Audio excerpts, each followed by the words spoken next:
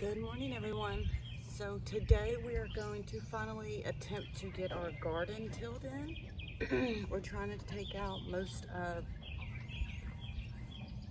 these currently. Some of them are pretty big, but we're trying to take those out, and we're just going to till all of the garden instead of leaving a walkway.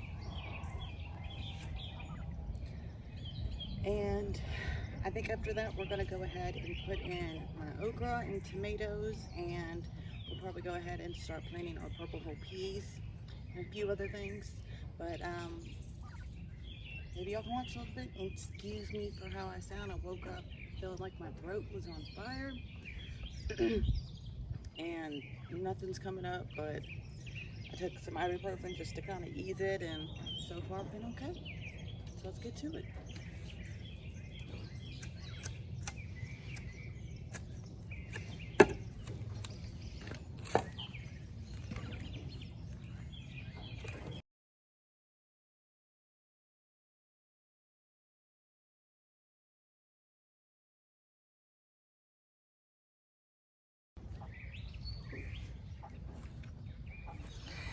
Let's give some worms to the chickens.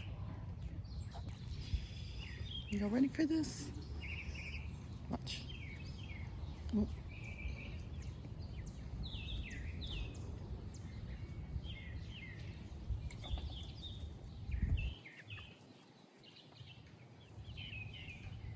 Did you guys even find them?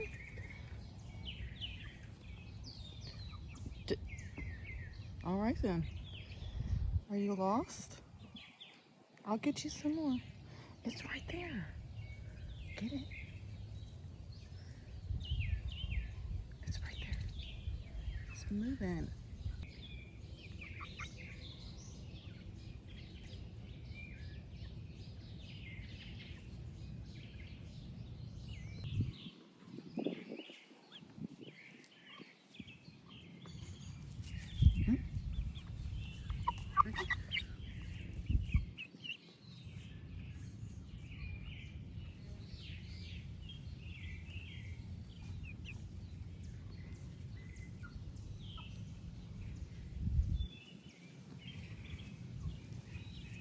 There you go.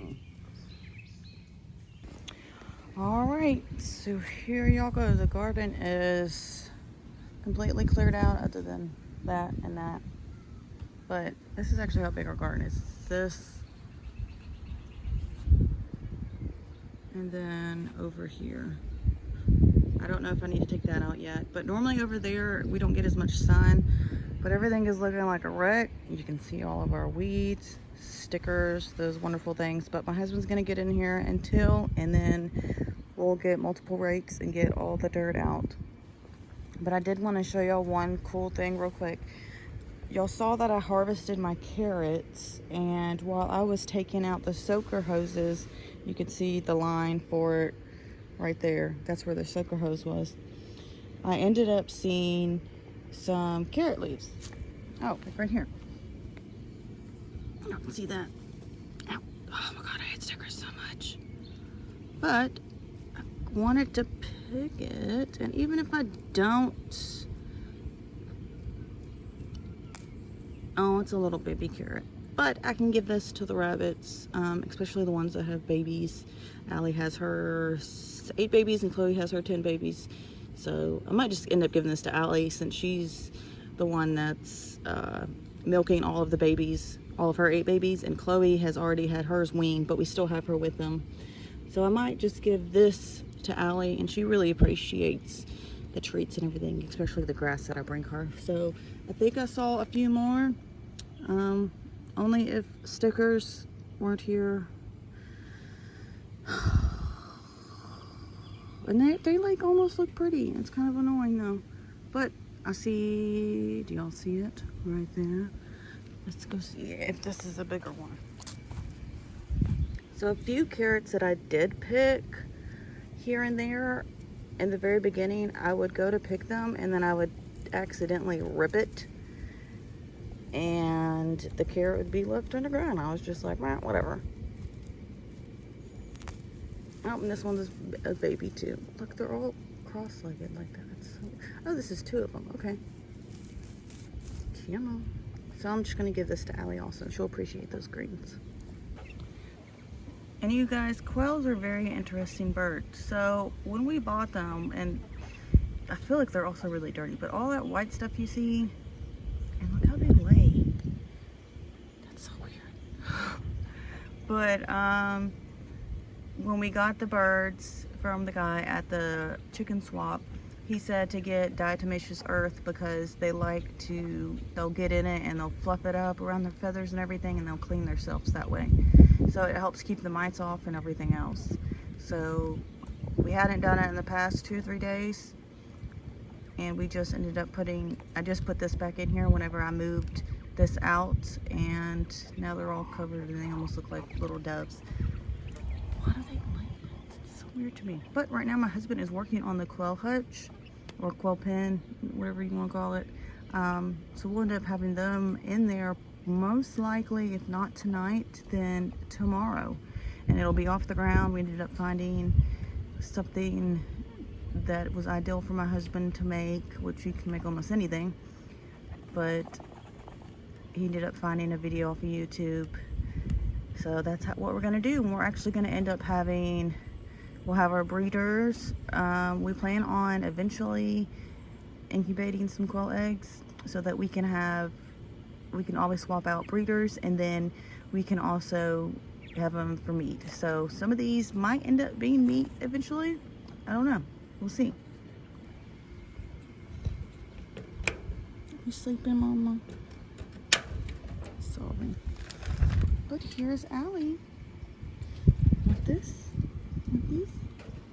I know you'll appreciate those. There you go, Mama. She is not very happy with me. Well, that's what if you see her ears. Allie, Betty, Black Betty, and Leroy are not super happy with me because I could see that they were starting to get some ear mites, and I ended up putting a little bit of olive oil in their ear. I'll just go and get a paper towel and like kind of almost soak it in olive oil, but then I'll put it down in their ear and everything. And look at her babies. Look at these guys.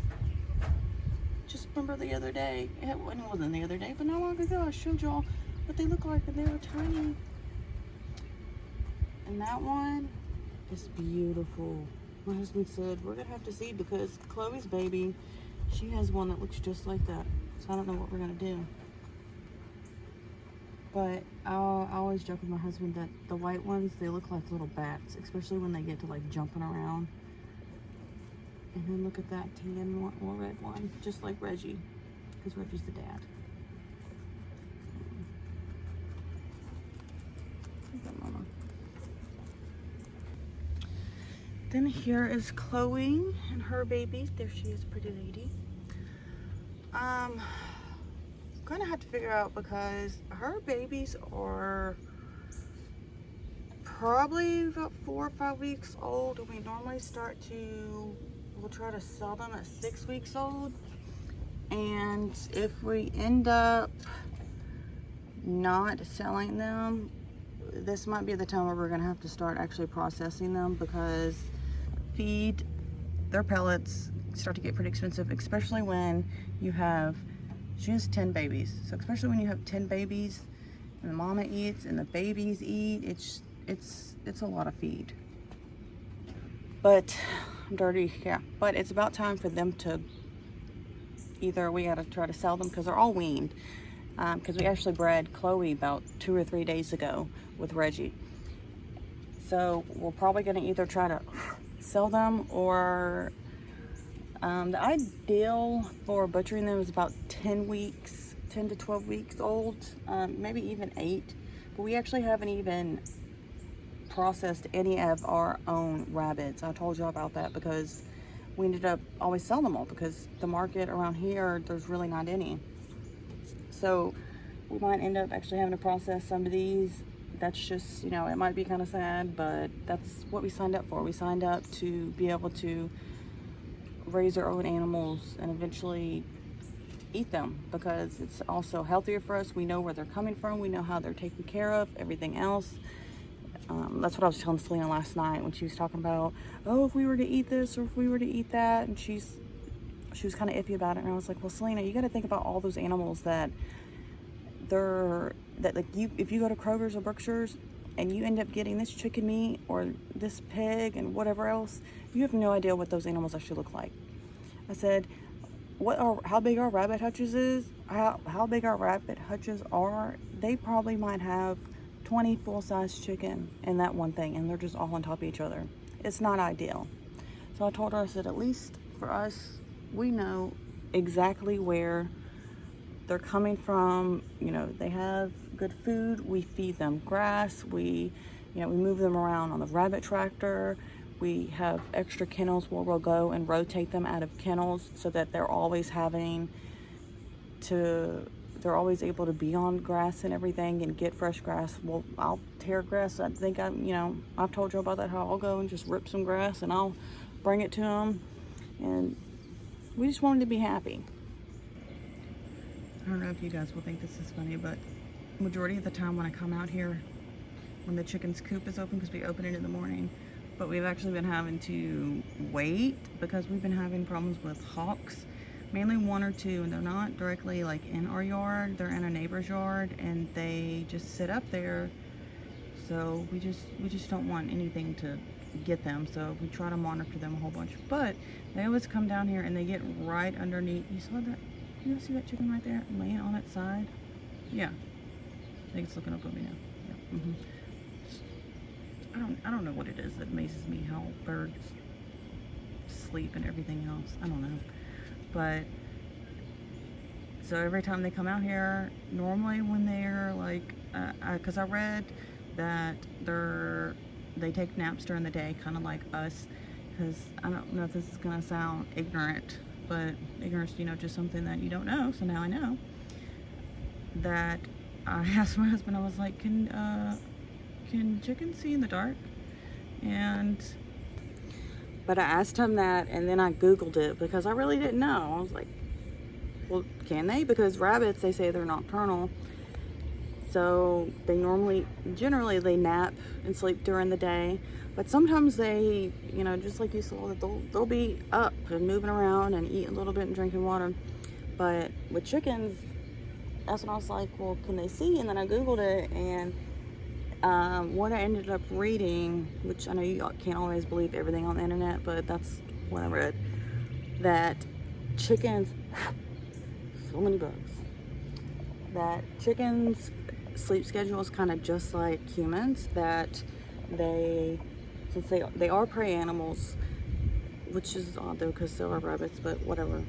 But they don't, that's why whenever it starts to get dark, chickens will put themselves up.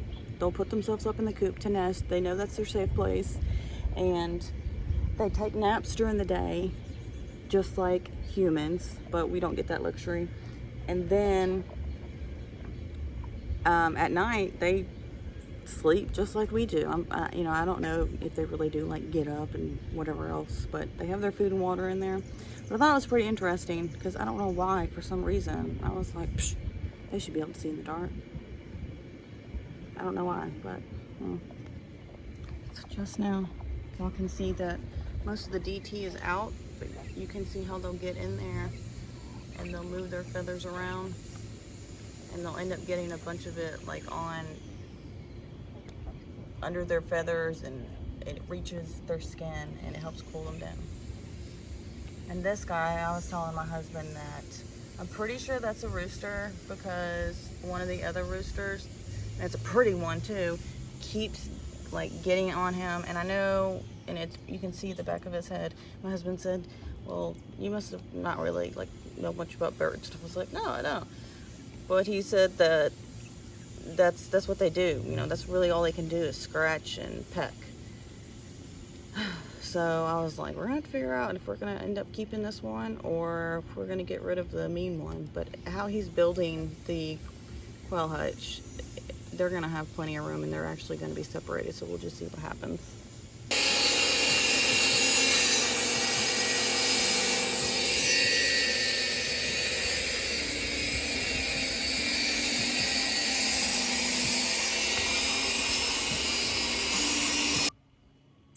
Hey Hey y'all, so thanks for watching. I actually came back outside to get my coffee cup that I left out here this morning. I need to handle some stuff inside now. I'm not used to being outside a whole bunch. I work in an office throughout the day, so being outside a lot kind of takes a lot out of me compared to like my husband.